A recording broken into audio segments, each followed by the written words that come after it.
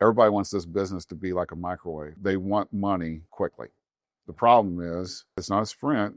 It truly is a marathon, but they've got to have a long-term plan in this, and then they've got to work the plan. Welcome to a private conversation with me, Steve Robbins. I'm sitting down with some of the biggest names in Indianapolis real estate. I've enjoyed these conversations immensely, and I hope you will too. A big thank you to Executive GM Ian Soroyan and his whole team for hosting us at Cunningham Restaurant Group's Commission Row and Mel Speakeasy, located in downtown Indianapolis within the Pacer Sports and Entertainment Complex. Check out the show notes to learn more. Hey guys, today I'm sitting down with the co-owner and CEO of Berkshire Hathaway Home Services of Indiana, Craig West. Before I do, I'd like to ask you a little favor, if you could, if you're watching on YouTube, subscribe, like, if something hit you, please comment, and if you're listening on Apple or Spotify, please follow the show. And now, Craig West. I think this is fun. What you're doing is a different perspective than what you see on other podcasts for sure, and so I think it's cool. Did you learn anything when you watched Mike or Alan? A little bit about Alan. I mean, he hadn't really shared a lot of his background. He did some, but Yeah. That's been that partnership with Mike, Yeah. and with Alan and Justin and Erica and all the rest of the agents there. That was. I always say that was a once in a lifetime merger. Yes, it was. Because it was, and I think what really solidified that was the mindset and the business philosophies of Mike and I, and Andrew, my partner, aligned so well. Okay. That it was, it was easy. Now, he says the same thing. Mike told me no, I think 4 or 5 times before we finally got to it. But he had a big decision to make there. Yeah. But they were at a point where, especially Alan, really wanted to get into the luxury market in a big way. Yes. That they knew that they had to have a strong brand beside them, and some resources that Mike, as a 40 agent office, the economies of scale just weren't there for him to bring in some of the resources that we could bring to him as well. So, Right. No, that's been great, and it's formed some great friendships for me. That's the cool thing about this business. It can turn into some great friendships, just like what you've seen as well. Yeah. So, well, I mean, real estate is all about relationships at every Right. level. And Yeah. and that's what, as the world is changing, what I have to tell myself all the time and really tell other people all the time is that what's not going to change is the relationships and the human connection. AI is huge. It's coming. Everyone needs to be prepared, but it is all about relationships and human connection. It's interesting.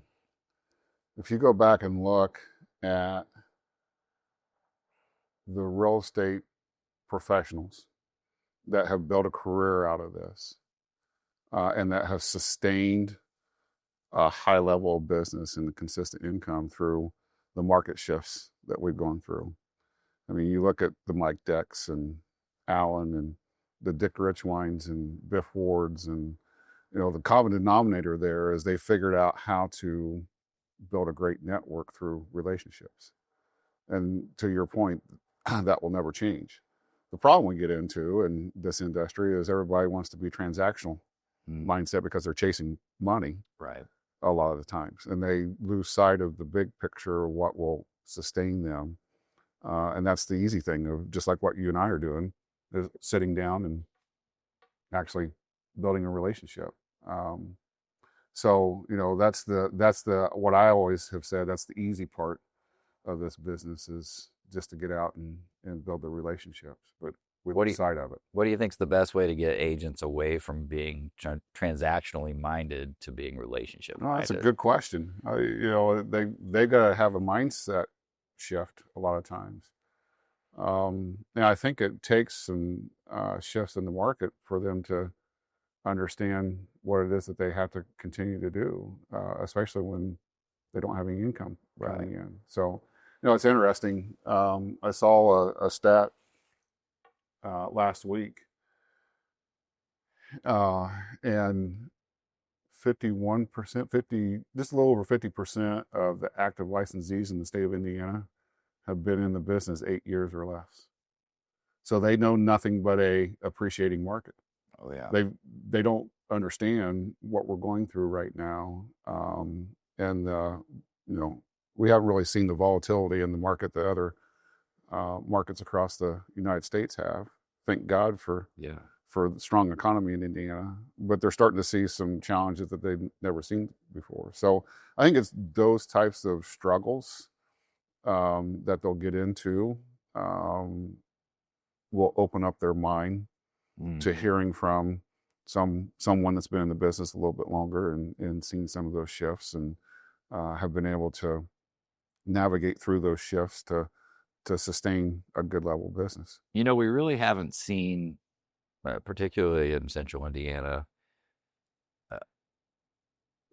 watershed moment of, or that's not really the word I'm looking for, a moment of where agents are leaving the business the way a lot of people expected. Mm-hmm. Why do you think that is? Why do you think people have held on, or some of the newer agents that haven't experienced maybe the tougher times? Why do you think this business hasn't quite contracted the way a lot of people expected it to? Well, they can continue to stay in it, and it's not like having a retail where they have to have money invested in inventory. They can stay in it and make a little bit of money. Yeah. Just as long as they're not the breadwinner of the family. And there's an allure to this business, right? For sure. So I think, I think sometimes the industry has made it too easy as well. I've always said that. What does that mean? Well, as long as you can pay attention long enough in a 90-hour pre-licensing class and then figure out how to get the test completed. The barrier for the to license, the barrier to entry needs to continue to be raised, I believe. I agree. And we're seeing challenges in this industry that we've never seen before. I mean, coming out of COVID, one thing, but class action lawsuit now makes us a target in many different ways. So, I'm starting to see a little bit of attrition with agents that have been in the business for quite some time. And they'll tell me the business isn't as fun as it used to be. Right. Because there's more challenges. I mean, getting the purchase agreement agreed to and signed is the easy part of the transaction. It's getting through all the rest of the steps and keeping everybody realistic in the process. That's the challenge right now. So there's been a number of, I don't know how many years in a row, where essentially the cancellation rate across the board has gone up. Yeah. I don't know. It's a consistent trend, and that speaks to what you're talking about. Yeah, I saw July, I think we had more, statewide, we had more pending fallouts than what we had since 2017. And I guess I don't remember that many fallouts in 2017.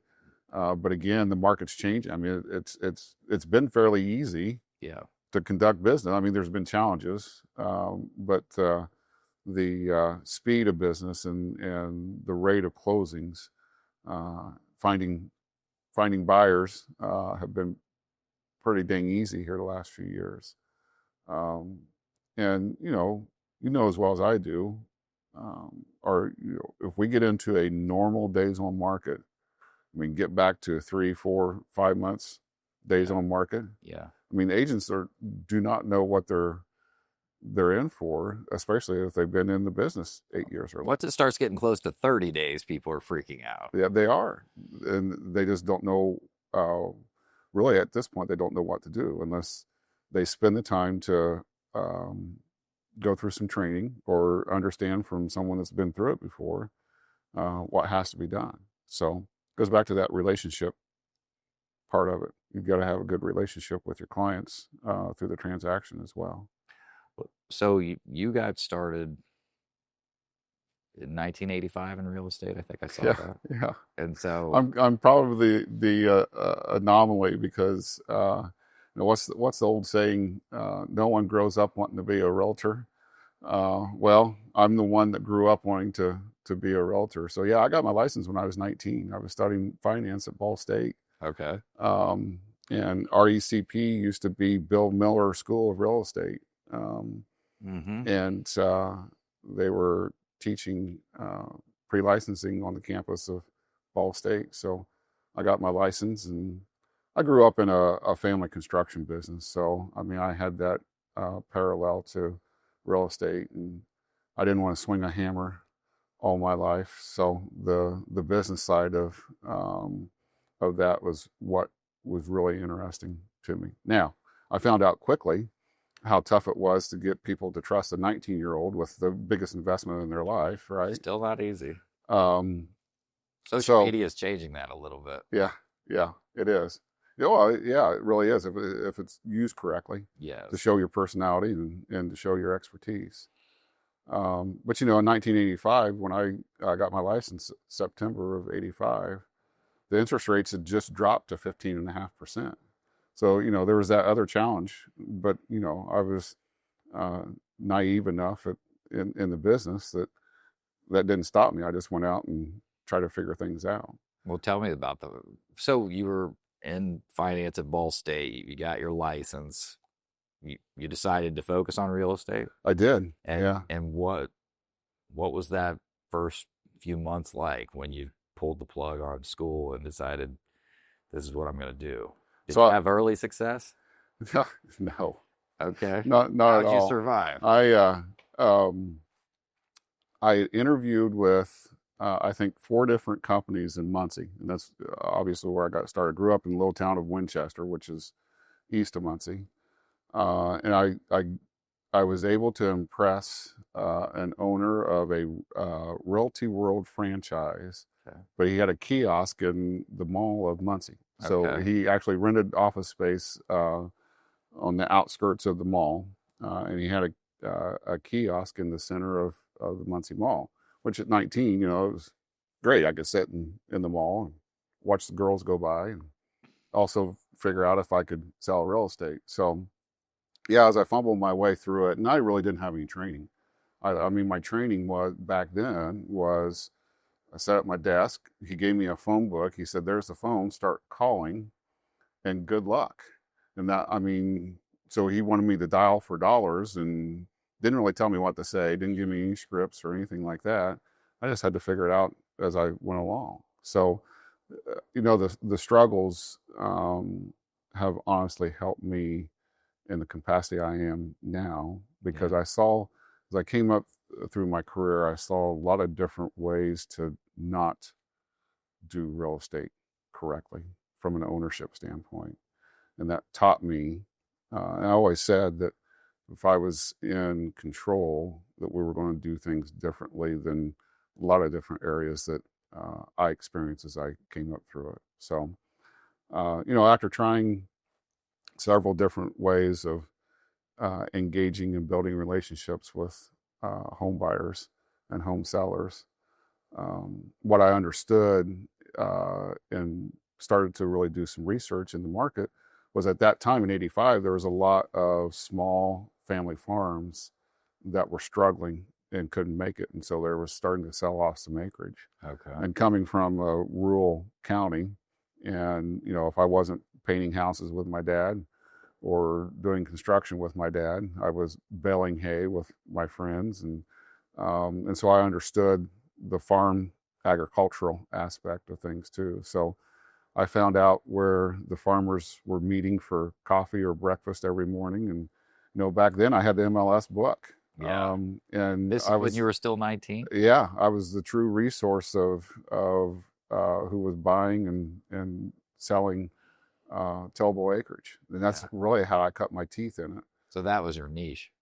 That was the niche I found that I could relate to, and I had relationships in the farming community that they trusted me, even though I was 19, and that's honestly how I started cut my teeth in it and how I started, and it just kind of then grew from there. As I started getting more experience from that aspect, then I was able to transition into first-time home buyer since I was that age, and some of the people I knew coming out of school were starting their families and that type of thing. So it was always looking for, as I came up through production, it was always looking for that segment of homeowner or home buyer that I could really relate to. Let me ask you real quick. Sure. What advice do you have for a 19 or even 18-year-old? We have an agent that's with us today that started when he was 18, and he's actually does an amazing job and really kind of did well right out of the gate. But that's so rare. It is. What advice do you have for an 18 or 19-year-old that is trying to get into the business? Yeah, and we've got a couple as well, and the reality is they're going to have to hustle a little bit harder than those that have established themselves in either a first career, and this is a second career where they've got some network built up. It's a consistency of doing business, a consistency and having a persistent mindset of just building relationships. Steve, the other thing I'm seeing is especially the young entrepreneurs, and it's interesting because, I look at Ball State. They got an entrepreneurial program now where, a lot of these good, young, smart individuals that really want to control their future and control their financial future have an entrepreneurial spirit to them. And, real estate's a great avenue, Yes. as both you and I know, but it's not as easy as what it's portrayed as on TV, let's say. So they've got to have a realistic mindset and honestly get in to the office every day. And one of the things I learned was just to be around those that were doing a high level of business. And I mean, if you're just in the office and being able to hear them on the phone, negotiate out a contract and understand how they're doing that. And then, the other interesting thing about this business is if you'll just sit down and talk to someone that's in the business, the openness that most professionals have, they want to sit down and mentor that next generation of entrepreneur coming into the business. I agree. But you got to put yourself in that place. Yeah. And you got to open up your mouth and ask, and you'll be able to get that experience of being able to understand the business from someone that's been in it for a while. In the last few years, I've been doling out a little advice on one of my quote unquote secrets to life. And that is, if there's someone who you aspire to be, that's the person you admire and want to grow into, you need to go help that person. Right. And just being around, it was gracious and selfless for the mentor, the experienced person to help, but you should go help them selflessly, right. And you'll be surprised at how much that'll pay back. That's right. That's exactly right. That's a great thought. Yeah. And so I know both of us probably take great pride in having types of cultures that are collaborative, okay. and looking for those types of people that want to help both right. ways, up and down. Right. If you get into a mindset of abundance, and that's what it is. I mean, there's too often, especially in this business, and I've been part of offices and companies that will cultivate a mindset of scarcity, where you're not sharing ideas. That's not uncommon in this business. It's not. I mean, it's a competitive business, but my network doesn't always cross over to your network, right? So there's plenty of business to go around if you're doing it correctly, and sharing in ideas and best practices and helping each other gain new opportunities in business actually helps you, because it brings in some new opportunities could be bring in some new opportunities for you as well. Absolutely. Well, tell me about transitioning from the 19-year-old wet behind the ears guy into, how did you take the next step, and when did you become, in your own mind, a real producer? Um, well, it was interesting. I married my high school sweetheart, and we've been together 40, almost 43 years now. And Congratulations. well, thank you. And we started having a family young. Okay. So I've got 4 children. Greatest thing that ever happened to me, because now they're giving me grandchildren, which is an awesome experience in and of itself. But with 4 children and being self-employed, my mindset was I woke up unemployed every day until I made something happen, right? So as I transitioned out of doing just mainly tillable acreage, I had an opportunity to really get into a good company over in Muncie that I continued to cultivate my production through. But Who was that? that was a gal by the name of Ricky Sipe, and she was state commissioner, real estate commissioner for quite some time. But she Okay. had a Better Homes and Gardens franchise, and this was early '90s that I transitioned over to her. So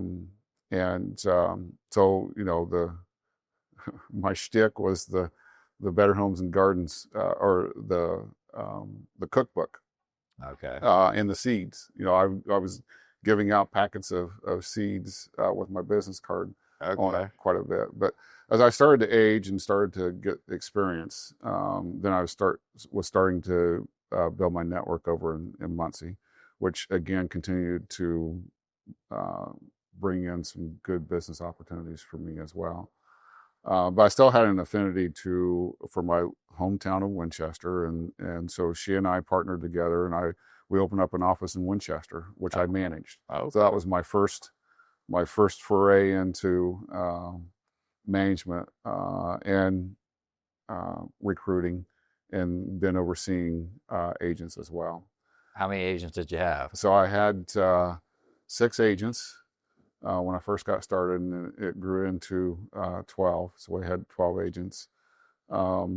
And then she started to, Better Homes and Gardens sold out to GMAC. We're a GMAC franchise. And Right.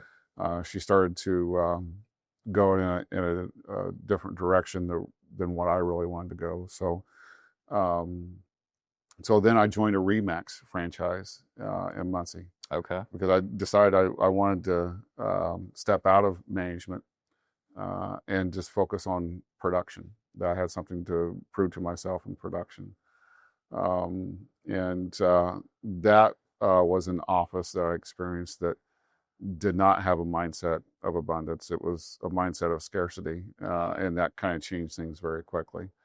And it wasn't long after I'd started with that franchise that I was diagnosed with a brain tumor that changed my life completely then. So What year was this? this was 2003.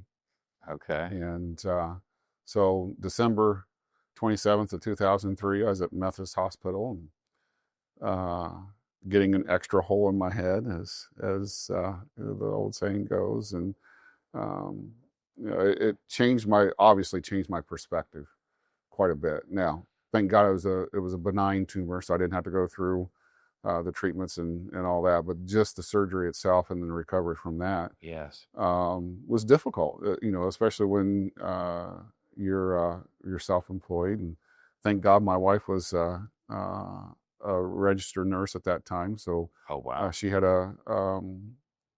obviously a great help to me as I was going through recovery. But it changed my perspective, and so I had an opportunity to, at that time, Realty Group companies were a Century 21 franchise. Yeah.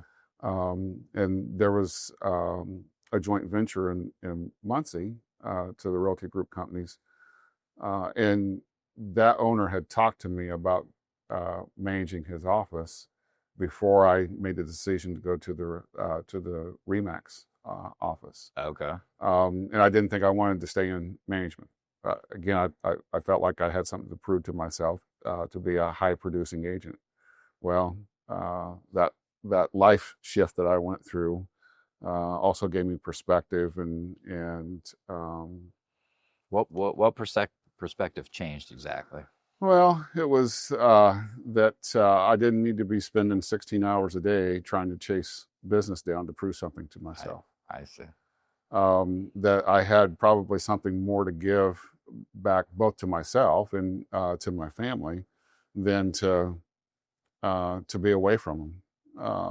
And you know, again, before kids were starting to get very active in sports and just allowed me to step back and start to manage my schedule much better. So, you know, we talked about technology. In '96, I bought an Top Producer system. Oh yeah. You know, I downloaded Top Producer on my desktop floppy disk. Yeah. You're ahead of the game in the CRM. Started world. the CRM world, but you know, my vision was how could I use technology at that time to help me manage my schedule. Yeah. And I still feel like technology is just that. If it's used correctly, it helps manage your time and manage your schedule more than anything else. So, but I started getting away from that as I was trying to prove to myself that I could be a big producer in Muncie, Indiana. What exactly was driving you? I think it was purely financial. I wanted to prove myself that I could make six figures in this business by just producing on my own. I didn't have a team. I mean, I was a single producer. You said you told me you were a third generational entrepreneur. Right. So so how much was the success of I'm assuming your dad, maybe his dad, or I don't know. What's the three generations? It was my parents. So my mother's parents had owned a small grocery store, and then they owned a paint and wall covering store in Winchester. Okay. Paint, wall covering, and hardware. Awesome. My parents bought the store from them in '76, and that's how my brother and father and I started getting into renovations, painting renovations, and then we got into some residential building as well. And then, you know, I just always maintained that entrepreneurial spirit, and I just always wanted to be in control of my career path and be in control of my financial path then as well. What did having come from a lineage of successful entrepreneurs, is that something that drove you to keep the banner going? I think so. I mean, coming from a very small town, and my dad's father was mayor of Winchester for 6 terms back in the 60s and early 70s. So, you know, both sides of the family, very strong in the small town, had a lot to do with, you know, with both the path from the mayor's office, but also from owning a small business. And you know, the challenging thing is I saw my parents continue to struggle in the late 80s and early 90s with their business. I mean, they were selling paint, but you know, then the big box stores started coming in, right? And selling paint and selling other things for what they were having to buy the products for, right? And so they couldn't compete. And so, you know, the small business owner, I saw that starting to die out, right? And so I really knew that wasn't a path that I wanted to stay in. So again, and there was something about real estate that just always intrigued me, and I think it was the opportunity for me to really probably make more money than what my parents did as a small business owner in a small town in East Central Indiana. So I had dreams for I was going to say my big family, dreams. had dreams for my family, and I wanted a path to where I could create generational wealth Yeah. for my family. So it was interesting coming out of having to go through the experience of the brain tumor and then going right into the Great Recession Well, that was in because this business.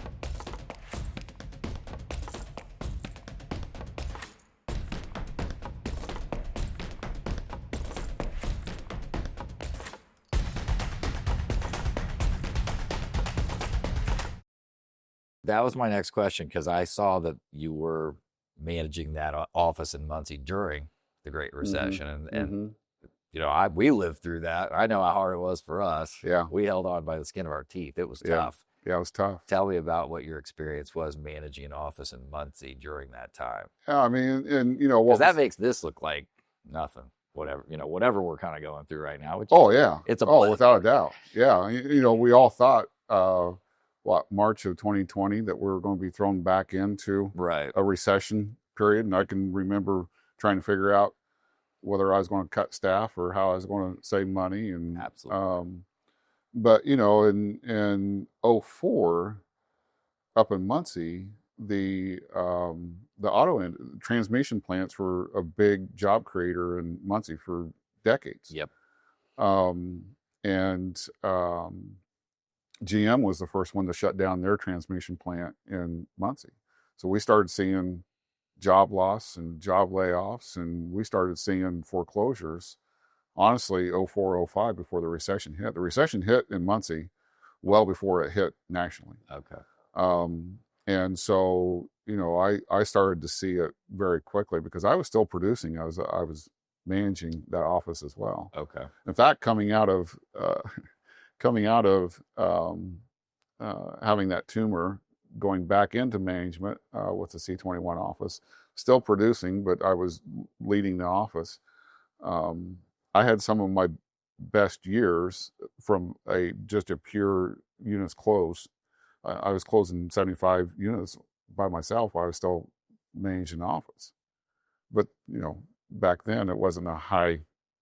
I mean, I think my average sales price back then was $65,000, right? It's crazy. So we started seeing a lot of foreclosures. But talk about niches. I started to see the writing on the wall, and so my network that I had built, I had a couple investors. And one was a banker out of West Central Ohio, just across the line from where I grew up. And I had gotten to know him quite a bit.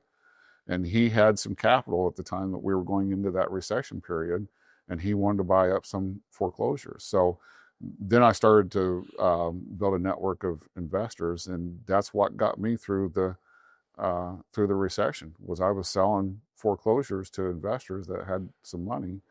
If you had capital to throw around, if you had capital, it was a great time to buy. Fortunately, I had a little bit of money saved back too, so I started doing the same thing. Growing up in the construction business, I learned how to do everything. Yeah. Electrical, plumbing, drywall, and so I was buying up these foreclosures and I was fixing them up, and of course the market wasn't good enough for me to flip them, so I turned them into investment properties. And that's honestly what helped me then also leverage to put my 4 kids through college. Because at that time, my oldest was starting into college, and then they were all 2 years apart in school. So I had a kid starting college every 2 years for 8 years after that. So I had to figure it out pretty quickly. So, yeah, I mean, it's the great thing that I've been able to experience in this business, Steve, is that there's opportunities out there for you in many different paths. What's disappointing to me is that some great brokers that could be great brokers get lazy, and when times get tough, they just kind of curl up and go away sometimes. They did. Instead of going out and looking at the opportunities that are out there. Yeah, it's hard, but there's opportunities that will actually propel you if you can continue to stay consistent and persistent with the activities that you're doing. So you survived with, what you just told me through that major downturn. How'd the office do? The agents and it was tough. It was tough. Yeah, it was tough. I mean, it was a struggle. And there was quite a few agents that, the Fannie Mae repos they got into, but the other thing that that really helped me, and I was able to bring in some leads to the agents as well. I had just gotten involved in '04 with a great BNI group up in Muncie, which was one of the first BNI groups that were actually started in the state. Really? Very strong BNI group, and and that was, all about business networking, right? And so it was a group of 50 small business owners. We had dentists, we had attorneys, we had insurance agents, we had dry cleaners, we had florists. They were all struggling the same way I was, right? So we came together every Thursday morning and had breakfast, and we spent 90 minutes trying to figure out how we could get business to each other. And that was probably one of the other things that really helped me survive the recession as well. But, agents struggled at that time. And a lot of them went and got part-time jobs if they could find it. Yep. Just to try to subsidize the things that they needed to do. So those that survived it, again, back to my earlier point, they found other paths and other opportunities to sustain what they needed, but they didn't lose sight of the vision that they had that got them into this business in the first place. I say all the time, everybody wants this business to be like a microwave. They want money quickly. The problem is, it's a marathon, right? It's not a sprint. It truly is a marathon. That they've got to have a long-term plan in this, and then they've got to work the plan as well. And that plan shifts from time to time. So you got to be flexible enough to understand that part of it as well. So how did you end up in Indianapolis? So 2010, coming out of the recession, Realty Group companies, again, were a C21 franchise. And so our home office, the 82nd Street office, was the single largest producing office in C21 worldwide. The number of units closed coming out of that office was greater than any other office in C21 franchise at that time. And so they were getting a lot of resources from Realogy at that time, from technology and some other things to continue to grow. And my predecessor, Kevin Kirkpatrick, had started a great business model where a lot of these small franchisees, one in Muncie, several in Southern Indiana, were not getting the same resources from the franchise that he was getting. So he started a joint venture with a lot of these small franchisees, single office franchisees, and started bringing resources to them. So in 2010, he and I talked, and again, I enjoyed using technology and figuring out how to use technology in our business. And he needed someone to, he had a long-term gal that was overseeing the joint ventures, making sure they were getting the resources that he had promised them. And she had some health problems, so he asked me to come in and help run technology. So I did a lot of training at that point in time, but also started to help run the joint venture franchisees.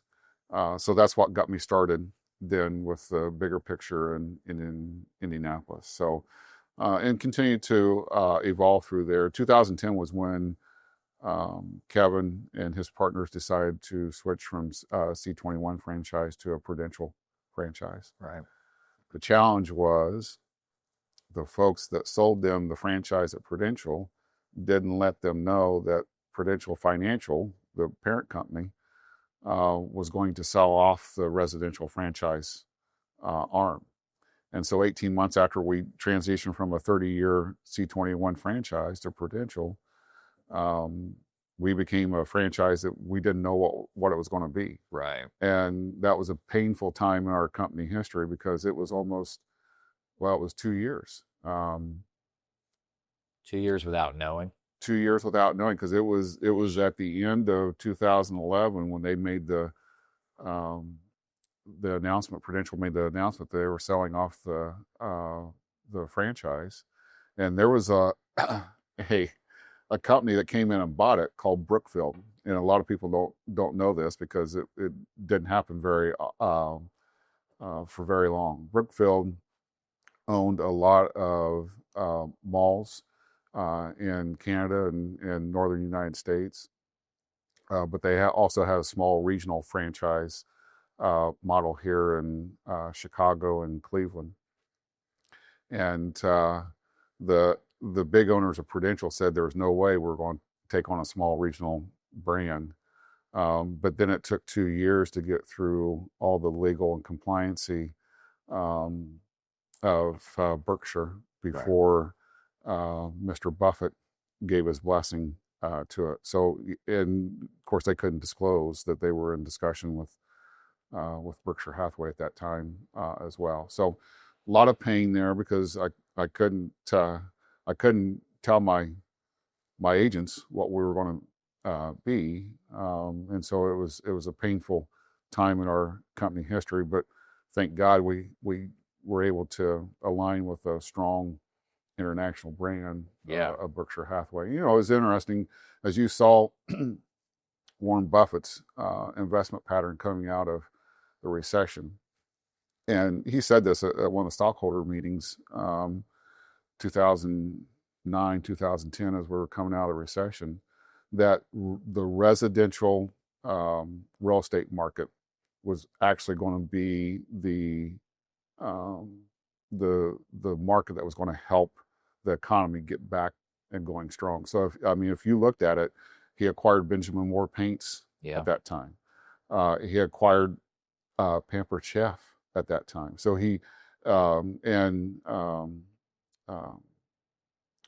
one of the manufacturers of drywall, and so he knew what was going to help the recovery period, and so that's the other reason why he wanted to take the entity that owns the franchise, which is Home Services of America, which was a wholly owned subsidiary of Berkshire Hathaway Inc. He wanted to get into the real estate market and residential real estate market in a big way.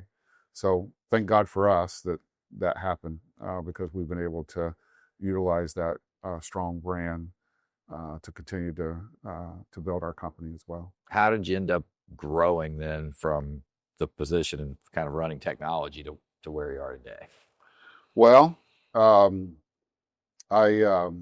was instrumental in helping to lead the transition from Prudential to Berkshire in 2014.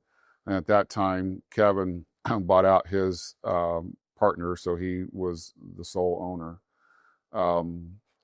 But the unfortunate part of it as well, Kevin's first wife had a rare form of Parkinson's disease, and so he was having to spend a lot of time with her.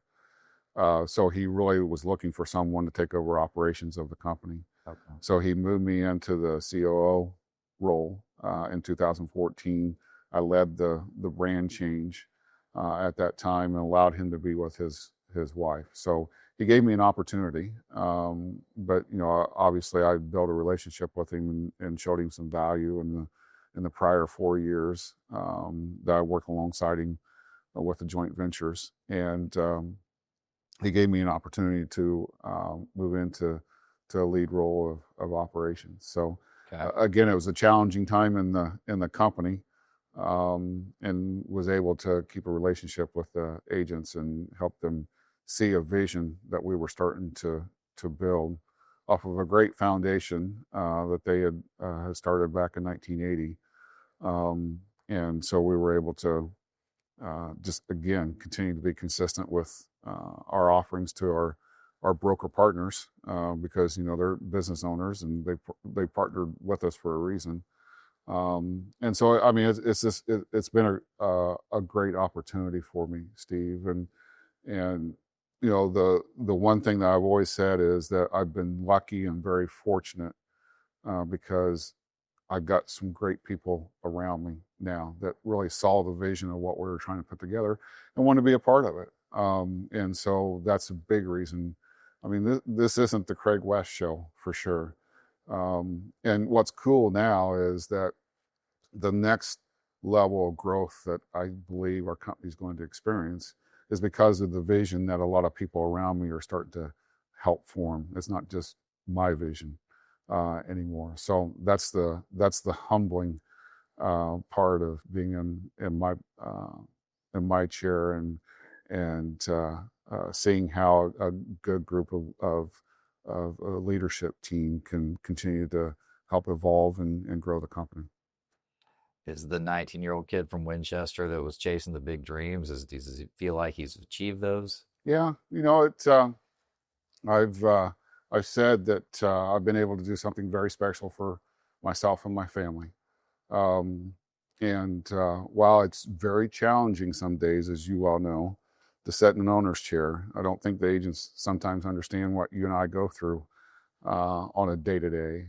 But again, having some great people around you that you don't have to take it all on yourself makes it very special. So yeah, I would say that I'm realizing the dreams I had when I was 19. Well, that's awesome. Congratulations. Yeah, thank What's you. driving you today? What's driving me is continue to see how we can continue to evolve as a company. And my commitment to those that entrusted me to partner with and continue to bring in services that we can bring to them to help them grow to whatever level they want to in this business.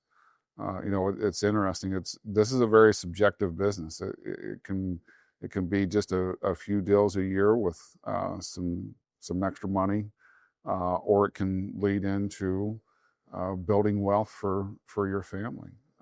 So it's really understanding everybody's desires and helping them to build a customized business plan for them to achieve that as well. So, getting to work alongside some special people, especially in our market here, on a day-to-day basis that are doing business at phenomenal levels. I mean, what's interesting is I think we're getting to a place now where we're seeing some good long-term producers that are starting to understand that they can build a team, but basically they're building an office within my umbrella, right? And my responsibility to that partnership is to continue to bring them resources so they can continue to do what they do best. Right. And that's building networks and bringing in business opportunities. And so we're starting to really see that through fruition. But, this industry is changing quickly, and technology is going to challenge us and make us change quickly as well. So there's a lot of great things that I get passionate about, and that keeps me going. So, well, it sounds to me like you have a certain passion for technology, and when you talk about the future, it's certainly something I'm thinking about every day. If you're looking in your crystal ball, what do you think real estate looks like in the next few years, or maybe in the next 5 to 10 years even? Well, one thing I'd like to see is our MLS system change, which is one of the things that I've gotten very heavily involved with, and I know your partner has as well. But yes. It's time for our industry, and it's time for the resources that you and I as practitioners rely on continue to evolve and change. And the MLS system is one system that needs to change very quickly. It's too encumbersome especially for you and I that have offices across different MLS systems, to continue to be able to bring the data in into our systems that we want to provide to our partners. And that's ridiculous. It's ridiculous for us to have to go through that. I mean, I bring in data from 5 different MLSs right now, and it's a challenge. Yeah. And it's a challenge for especially my teams that are starting to evolve out, and they're attracting agents in to take over other markets for them as well. And so that's got to change, and it's got to change quickly. I mean, there's been discussion over that 15 years, and it's all been discussion. Do you feel like we're close? No. I feel like the discussion is starting to continue to go down the road, but we're not in the mindset we need to be in the mindset of. It's my opinion that the MLS needs to be separated from the associations. If the association can't, if the leaders of the associations can't figure out their value without the MLS, then they've got a bigger issue that they got to get figured out. The MLS needs to be separate from the associations, and it needs to run as a business. I mean, it needs to run as a business like you and I have to run it. The problem is it's being ran by associations, and the decisions are being made on an emotional standpoint and not a business standpoint. If you and I ran our companies right now like an association, we'd be out of business pretty quickly. What are your, have you kind of extrapolating that all the way up to NAR and down? How do you think those are going to evolve? Yeah, I think NAR can have some value to what I envision as an MLS entity. Can have some value and some guidance, but I think that the guidelines need to come on a local basis. You know, I envision an MLS not only being statewide, but I envision it being more regional, a multi-state MLS. Because, I mean, think about it. I've got offices in Evansville, right, and we do business in Kentucky. Yep. So it needs to, the data needs to be easier for us to be able to utilize and use, instead of the portals becoming our MLS. And if we don't change something in our industry, that's what's going to happen. What's the main reason for it being regional and not even the idea of national? You know, the nuances of trying to put together a national MLS, it seems fairly easy on paper, but that's been tried for quite some time now. The broker portal has been tried on a national basis. And honestly, the only ones that have been successful in getting it figured out are competition in the third-party portals. Yes. Which they're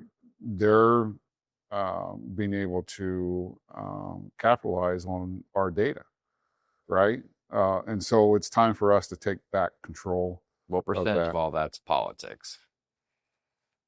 Too much. That's a political answer. Yeah, too much. I mean, it's interesting. I did get involved as much as I could to really kind of see behind the curtain on the MLS structure.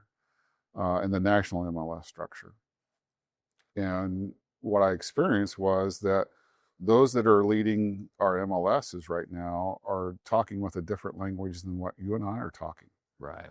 Right? They see themselves as the gatekeeper of data, and their clients are the consumer.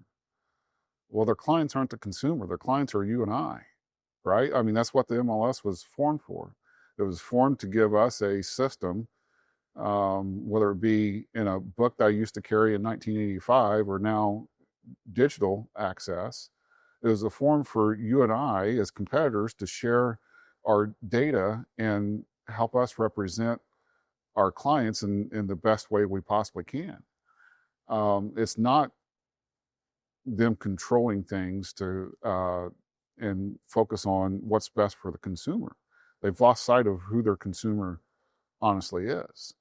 And that's what's challenging to me. And that's kind of what woke me up pretty quickly, that we need to push for a quicker resolution other than data share. I mean, there's discussion right now for several MLSs within the state to form a data share, but that's just a Band-Aid, putting a Band-Aid on the bigger problem to me. There's data share is great, but there's still, I mean, a cost of doing business for me to belong to those different associations and belong to the different MLS. I have to belong to the association so I can get into the MLS, and so it just needs to change so the practitioners can utilize our data the best way we see fit, not how the MLS sees fit. What are your thoughts on how artificial intelligence is going to change real estate?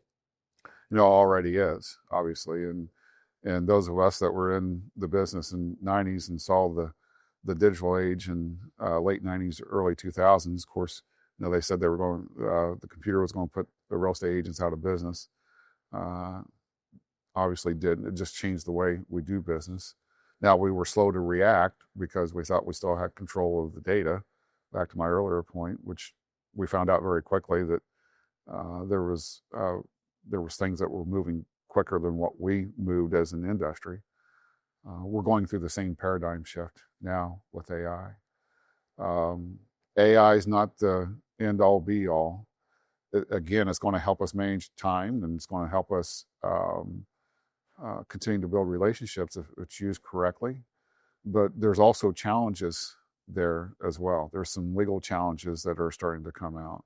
I just, someone shared a story with me last night that another broker owner of a company, that they're in the middle of a lawsuit right now because one of his agents, good producing, experienced residential agent, decided that they could take on a commercial client. And so they used ChatGPT to help them draft a commercial purchase agreement, which is now sending them into a lawsuit. So, it's there's some challenges to that if it's not used correctly. And my fear is that we as an industry are trying to use it very quickly. Yeah. And we're not seeing the bigger picture of the ramifications that could be used. Without a doubt, it's going to be something that we all have to understand. And I think it's going to be the next advancement to help our industry. But we're also going to have to see the big picture and see the challenges as well. I look at it as, you can hand the kid a calculator in the 50s or 60s, but it still helps for them to learn to know how to add and subtract. Yeah. Yeah. And it's just that on a grander scale. It is. And it's taking away, I mean, there's studies now coming out about how it's literally slowing down people's ability to think. It is. Taking away because they're not having to think. And that's why some of the top folks at the different AI companies are often talking about critical thinking, because you can't lose that piece or else you really lose everything there is about you. That's right. And so it's a tool and it's coming, and everybody needs to be prepared and know how to understand how to use it, how to leverage it. But you still need to understand what's actually going on. Yeah. The other thing that scares me about it, Steve, is that every time we use ChatGPT or use an AI-based system, it's learning from the information and the data that we feed it, right? But it's also storing the data that we feed it. Yes. And using it in other realms and other practices. I think that's the bigger challenge that we're going to have, especially you and I as owners of companies, is how our agents are using that, what data they're feeding into that, and then where that data is going. I mean, the race is not a technology race in the real estate industry. It's a race to who can control the data quicker at a larger scale. Not just in the real estate industry, No, in the world. right. That's right. And so there's a bigger challenge that I'm looking at right now. What policies we've got to put together as a company, and for company owners, this is something that needs to be done now, not wait until we see how things fold out, because AI is going to change things quicker in the next 24 to 36 months than we've ever seen. I believe we've ever seen in our industry I agree. to date. So, changing gears a little bit, I like to ask most of my guests here when I remember to ask. Sometimes we get sidetracked and I don't. But what kind of music do you like to listen to? I really like to listen to a lot of different genres. Listen to country music on my way downtown this morning, but I enjoy classical music, and I enjoy yacht rock, and I enjoy jazz, and I think it depends on what mood I'm in, honestly, because music does affect your mood. Why were you in a country mood this morning? I don't know. Good question. I was in. Of course, you saw me drive up in my Jeep Gladiator as my toy. I just closed it up last night, so I had the top off and had the doors off all weekend. It was great. So my wife and I spent quite a bit of time in the Jeep just enjoying and we had country music on as we were kind of the beer drinking songs as we were cruising around Eagle Creek on Monday and all that fun stuff. The weather was perfect for it. So country is kind of maybe a fun cruising type music. Yeah, often. But I grew up listening to Rush and Van Halen and all those. So classic rock is still something that will set the mood for me when I'm sometimes I'll listen to that while I'm in the office as well. So get me pumped up to continue to figure out this crazy business some days. And you said you have 4 kids. What are they up to? Well, my oldest son, which is a humbling experience, is in the business with me. Okay. So he decided to get his license when he was a sophomore at IU, and he just thought that he was going to come back, and this was in 2008 when I was still producing. He just thought I was going to hand over my network of 1,500 clients. And I said to him very early on, no, that's not the way this is going to work. You've got to learn to go out and build your own network of 1,500 clients. And so his first transaction in 2008 was, I told him he had to go out and knock doors and see if he could offer his services. And his first transaction was a short sale that was just days of going into foreclosure. Wow. So it was a for sale by owner short sale. Talk about going right into the fire. Yeah. So he learned things very, very quickly. So now he had an affinity for title business. So he's in leadership in our title company. For us now. So he's doing great. My second oldest son was he's retired from the Navy. He was air traffic controller in the Navy. And he went through a lot of cool experiences while he was there. But he shifted gears as he came out of the Navy, and he's an MRI tech now. So which is interesting. But he's just outside of Richmond. And then I got a daughter that's a registered nurse, and I got a son that helps manage a fairly large landscape company on the north side of Indy. So they're all close. That's nice. It is nice because I've got my 6th grandchild is going to be stepping into the world next month.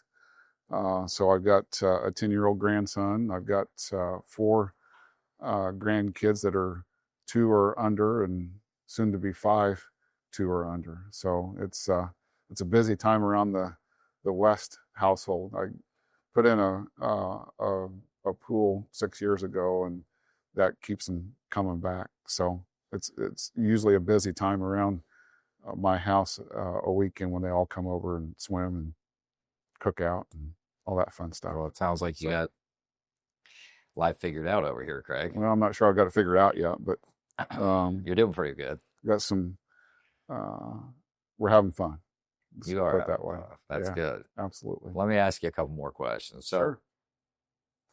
What advice do you have for an agent just getting started? Well, I go back to what I said earlier. I mean, it's you need to treat this business like a true job. Like you've got to be at the office to clock in at a certain time, and you don't clock out until a certain time. There's got to be some consistency in the activities that you do, and training is paramount.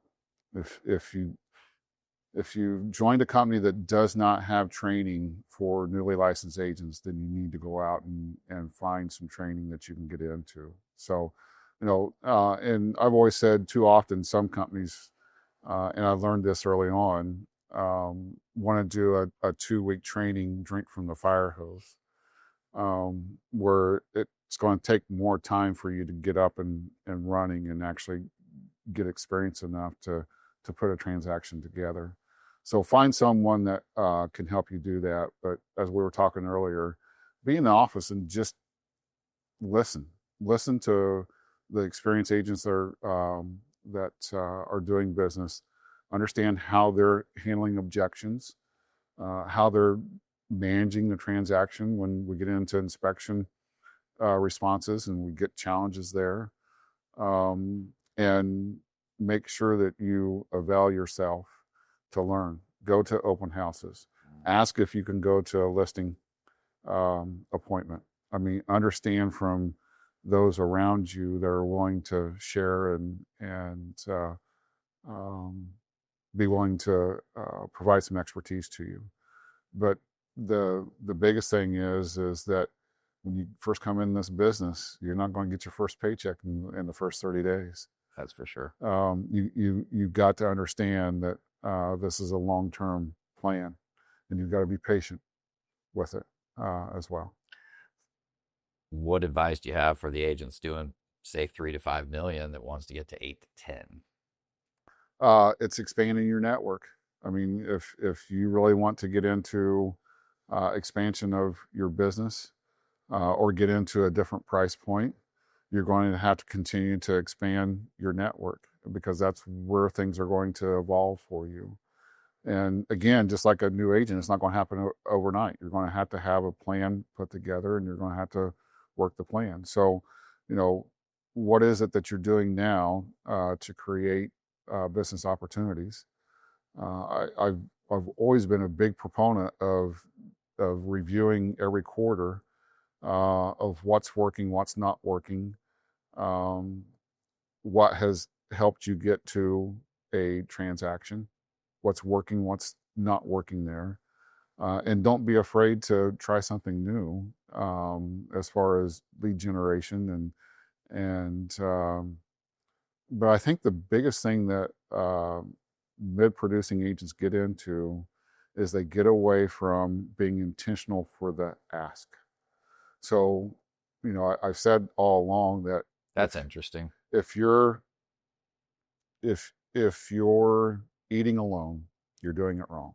So, I mean, that's where I've built a lot of networks of just getting together, break bread with someone. But you got to be intentional on the ask of really where you feel like you can grow your business. So if it's a different market segment, or if it's a different price point, or if it's, you're focused on growing your business by focusing on downsizers, which is the biggest segment of our market right now. You've got to be intentional on that ask. Who do you know? Because, a lot of mid-producers right now, 30, 40 years old, and so their network are the same age, but their network also has aging parents that are starting to think about downsizing. So you got to be intentional on that ask, help them understand what it is that you can bring to the table, the service you can bring to the table, and those types of things. So we get away from being intentional on the ask a lot of times and just expect the business to flow to us because people know that we're in real estate. That doesn't happen. And all too often, you're going to get kind of a slap in the face because someone else has listed a past client's house because you haven't done a good job of staying in front of them and continuing that relationship with them as well. Absolutely. And so going from being a mid producer to a top producer, the toughest jump, what would you say to those folks that want to try to get there? A lot of times, and that doesn't happen again typically the first 5 to 10 years you're in the business. And I go back and look at what Mike Deck has built. Now he's obviously focused on a niche with the gated golf course communities. Yeah. But it's not just that. I mean, he's built up a 25-year network of corporate executives. And, he understands, again, how what the needs of those corporate executives are. He first got in with a headhunter and provided his services to the headhunter as they were bringing in corporate executives. And, Mike understood what he needed to do to take them out to dinner as he was showing them properties. And so you have to understand the needs of the client that you're starting to focus on. So if you want to increase your average sales price and you want to get into more of a luxury price point, you first have to do your study. You do your due diligence and understand what part of your service is of value to the clientele that you're trying to bring in. And then again, be intentional about providing that as well.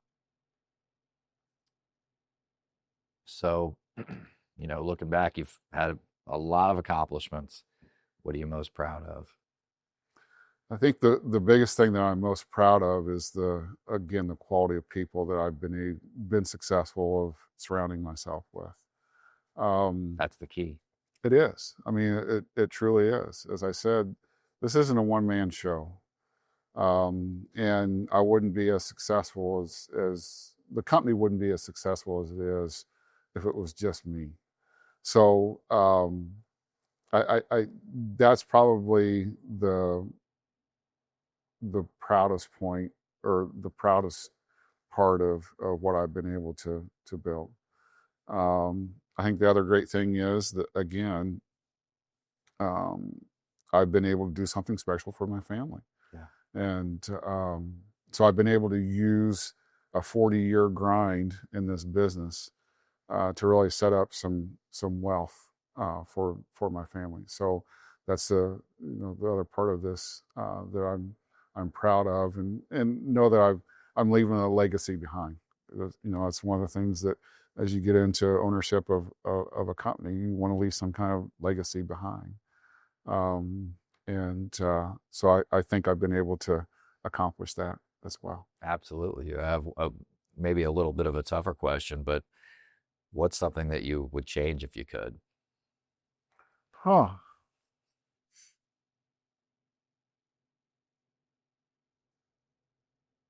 Good question, Steve. I mean, I think if I go back to my 19-year-old, knowing what I know now, I think I would have spent more time with my kids at an early age. It's my focus is different as a grandparent because I'm finding myself spending more time, making more time. Yeah. To spend with my grandkids and be in the moment. There was a lot of times with the kids, I almost felt like I was just going through the motions and I wasn't in the moment with them. So there's certainly things from a business standpoint that I can look back on that I could have changed that would have made things maybe a little easier for me. But if I did that, I'm not sure that I would have gotten to where I've gotten without the struggles. because it's the struggles that build the character, that build the things that will help you get through the tough times in business as well. So I'm not sure that I would have changed a whole lot from a business standpoint. Probably again been focused a little bit more time with family as I was building the business. That makes perfect sense. Yeah. Well, Craig, you've built something amazing. It's a pleasure to sit down and get to know you a little better, and I never feel too much like, we're competing. I always feel like we're just working in the same industry and swimming in the same swimming pool. Well, that's the thing I think we've gotten away from an industry standpoint is not having that relationship with other owners and other practitioners. Sometimes we feel like this is a small percentage, but sometimes I think agents feel like they have to intimidate when it comes down to negotiations. Right. And that's losing sight of really the goal for everyone. So I couldn't agree more. While this business is competitive, for us all to be successful, we have to have that relationship. I have to know that I can pick up the phone and call you and talk through challenges when we get into challenges, and that's just all part of having a great business. It's all part of being able to set ourselves apart as professionals as well.